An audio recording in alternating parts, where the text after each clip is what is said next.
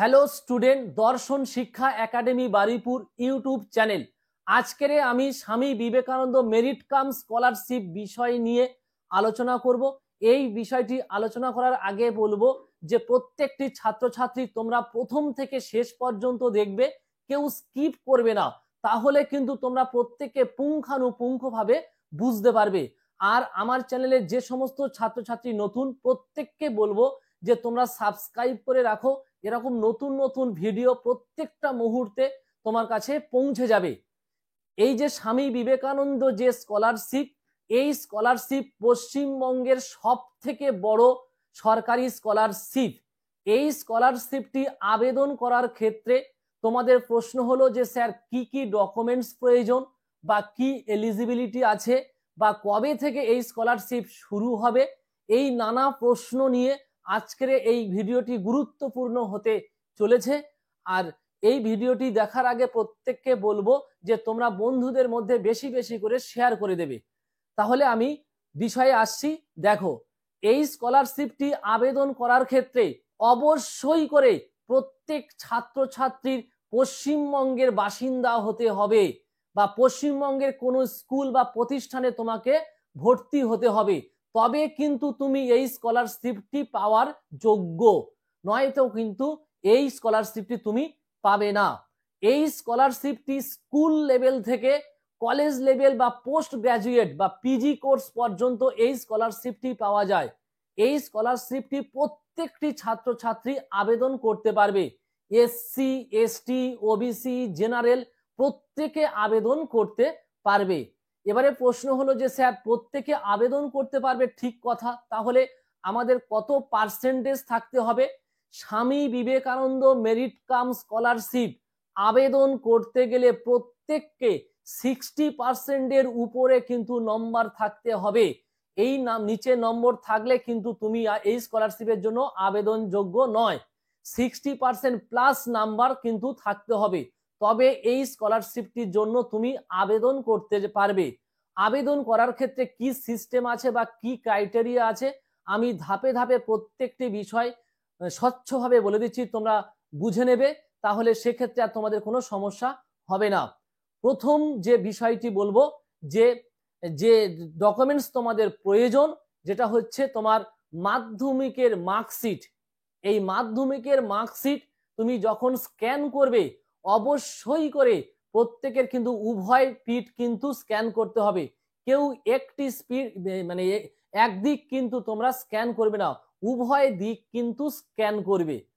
Next আসবো যে উচ্চ মাধ্যমিক যারা পাশ করেছো, মানে ব্যাপারটা বলছি যে যারা মাধ্যমিক পাশ করে গেছো, 60% প্লাস নাম্বার আছে, তারা মাধ্যমিক মার্কশিট দেখিয়ে স্বামী বিবেকানন্দ স্কলারশিপ আবেদন করবে। যারা উচ্চ মাধ্যমিক পাশ করে গেছো, তারা উচ্চ মাধ্যমিক মার্কশিট দেখিয়ে এই স্বামী বিবেকানন্দ স্কলারশিপটি আবেদন করবে। যারা কলেজ পাশ করে গেছো, তারা কলেজের মার্কশিট দেখিয়ে এই স্কলারশিপটির জন্য আবেদন করবে। তাহলে প্রত্যেকটা ক্ষেত্রে কিন্তু মার্কশিট যখন তুমি স্ক্যান করবে, তখন অবশ্যই করে উভয় পিঠ কিন্তু স্ক্যান করবে। মার্কশিটে যেমন দুটো দিক থাকে, একটা দিক থাকে তোমাদের মার্কস নাম্বার দেয়া থাকে, পিছন সাইডটাও কিছু ক্রাইটেরিয়া থাকে, ও দুটো দিক কিন্তু তোমাদের স্ক্যান করতে হবে, আমি বারবার তোমাদের বলে দিচ্ছি। নেক্সট যে ডকুমেন্টস তোমাদের প্রয়োজন, যেটা হচ্ছে তোমাদের ইনকাম সার্টিফিকেট বা ইনকাম প্রুফ। ঠিক আছে, তাহলে তোমাদের প্রশ্ন হলো যে স্যার তাহলে ফ্যামিলি ইনকাম কত হতে হবে? স্বামী বিবেকানন্দ স্কলারশিপের জন্য ফ্যামিলি ইনকাম হতে হবে 2.5 লক্ষ টাকার মধ্যে। 2.5 লক্ষ টাকার মধ্যে তোমাদের ফ্যামিলি ইনকাম হতে হবে। এই ইনকাম সার্টিফিকেট কিন্তু পঞ্চায়েত বা পৌরসভা থেকে নিলে কিন্তু ক্যান্সেল হয়ে যাবে। আগে থেকে তোমাদের আমি জানিয়ে দিচ্ছি, এই স্কলারশিপটি কিন্তু তোমরা পঞ্চায়েত থেকে বা পৌরসভা থেকে নিলে তাহলে কিন্তু এই স্কলারশিপটি ক্যান্সেল হয়ে যাবে। এই স্কলারশিপটি তাহলে এই স্কলারশিপের জন্য ইনকাম সার্টিফিকেট কোথা থেকে নিতে হবে? এই স্কলারশিপের জন্য ইনকাম সার্টিফিকেট নিতে হবে হয় বিডিও অফিস বা তোমার এসডিও অফিস বা গেজেটেড অফিসারের কাছ থেকে, তবে কিন্তু এই স্কলারশিপটির জন্য ইনকাম সার্টিফিকেট আবেদন যোগ্য। এবারে প্রশ্ন হলো যে সার্টিফিকেট আমি কি করে পাবো? ইনকাম সার্টিফিকেট তোমাকে বিডিও অফিসে গিয়ে আবেদন করতে হবে ইনকাম সার্টিফিকেটের জন্য, তাহলে কিন্তু তোমরা পেয়ে যাবে। ঠিক আছে, আর এই ইনকাম সার্টিফিকেট পাওয়ার ক্ষেত্রে একটু সময় সাপেক্ষ, এই জন্য প্রথম থেকে এই ইনকাম সার্টিফিকেট গুলো পাওয়ার জন্য চেষ্টা করবে, তাহলে অবশ্যই করে তোমরা পেয়ে যাবে। নেক্সট ডকুমেন্টস যেটি প্রয়োজন সেটি হলো তোমাদের সব থেকে বেশি গুরুত্বপূর্ণ তোমাদের ব্যাংকের পাসবই। এই ব্যাংকের পাসবই যখন তোমরা স্ক্যান করতে যাবে অবশ্যই করে কিন্তু তোমরা একবার ব্যাংকে গিয়ে ভালো করে চেক করে নেবে যে তোমাদের পাসবই চালু আছে কিনা। অনেক স্টুডেন্ট মানে পাসবই থাকে বা তোমাদের ব্যাংকের অ্যাকাউন্ট করা থাকে, টাকার লেনদেনের না হওয়ার ফলে কিন্তু অনেক ক্ষেত্রে অনেক সমস্যা হতে পারে, বা আইএফসি কোডের একটা সমস্যা হতে পারে, এরকম বিভিন্ন সমস্যা হতে পারে।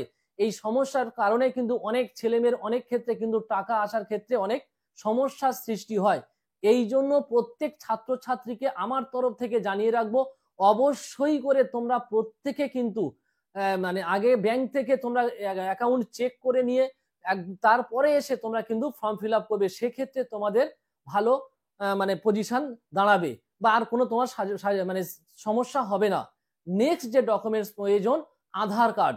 অবশ্যই তোমাদের আধার কার্ড প্রয়োজন, কারণ তুমি এই রাজ্যের বাসিন্দা কিনা বা এই দেশের বাসিন্দা কিনা, অবশ্যই সেটার জন্য ডকুমেন্টস প্রয়োজন হচ্ছে আধার কার্ড।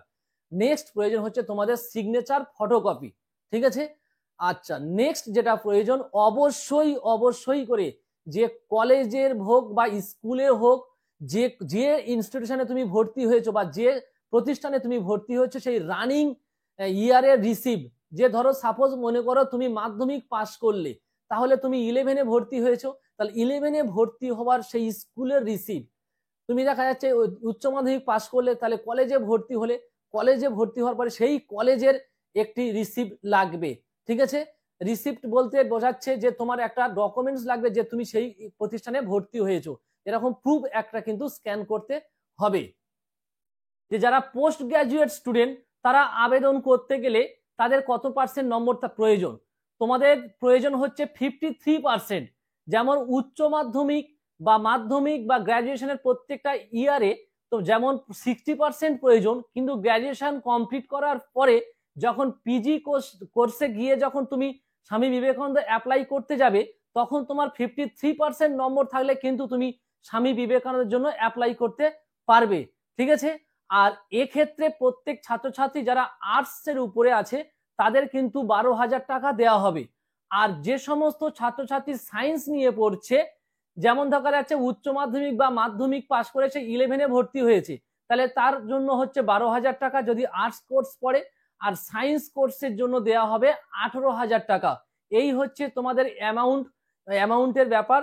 এবারে যে সমস্ত ছাত্রছাত্রী এসসি এসটি ওবিসি যাদের 60% প্লাস নম্বর থাকবে, এই সমস্ত ছাত্রছাত্রী যখন এই স্বামী বিবেকানন্দের জন্য অ্যাপ্লাই করবে, অবশ্যই করে তোমাদের এসসি এসটি ওবিসি সার্টিফিকেট কিন্তু শো করতে হবে।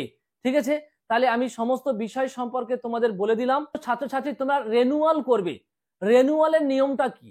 রেনুয়ালের নিয়ম হচ্ছে যে তুমি ধরো ক্লাস মানে 11-এ তুমি মানে ফর্ম ফিল আপ অ্যাপ্লাই করলে বা ফর্ম ফিল আপ করলে, তাহলে 11-এ যখন তুমি পড়ছো তখন তোমার 12,000 টাকা ঢুকে গেল। আবার যদি তুমি 11 থেকে 12-এ ওঠার ক্ষেত্রে তুমি যদি আবার 60% পাও, তাহলে আবার তুমি রেনুয়াল করে দেবে, দিলে আবার 12 চলাকালীন তাহলে তোমার আবার টাকাটি এসে যাবে।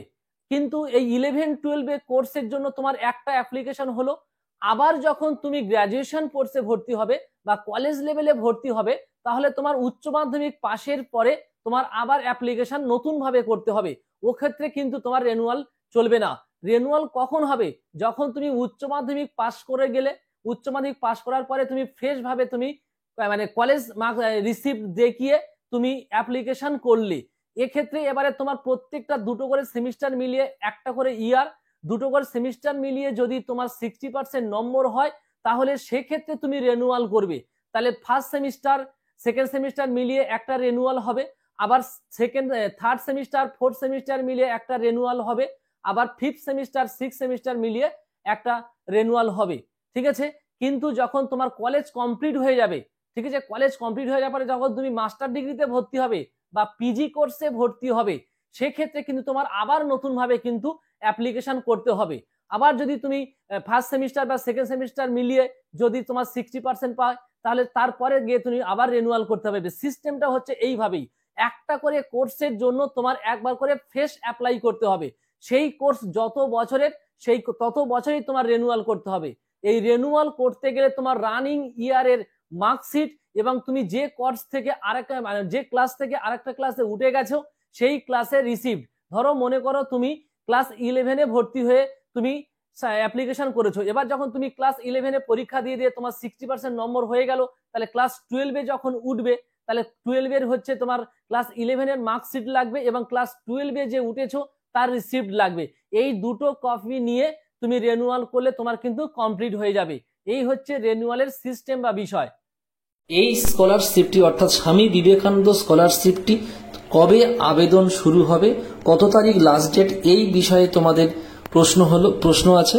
তাই আমি তোমাদের বলে রাখছি যে এই স্কলারশিপটি সেপ্টেম্বরের শেষ থেকে এবং নভেম্বরের মাঝামাঝি 15-20 তারিখ পর্যন্ত এর মধ্যেই তোমাদের এই স্কলারশিপটি শুরু হয়। কারণ বিগত 2023 সাল এবং 2022 সালের রেকর্ড অনুযায়ী দেখা যায় যে এগুলো সাধারণত সেপ্টেম্বরের শেষ থেকে অক্টোবর বা নভেম্বরের মাঝামাঝি পর্যন্ত সময়ের মধ্যে এই স্কলারশিপটির আবেদন শুরু হয় এই সময়ের মধ্যে। তাহলে অবশ্য করে আমি তোমাদের যখন এই স্কলারশিপটির আবেদন শুরু হবে ফ্রেশ ক্যান্ডিডেটদের জন্য আমি আমার চ্যানেলের আপডেট দিয়ে দেব, তোমরা প্রত্যেকে ফলো রাখবে। আর এখন কি কি ডকুমেন্টস লাগবে সেই সমস্ত বিষয় নিয়ে আমি সবকিছু বিস্তারিত আলোচনা করলাম।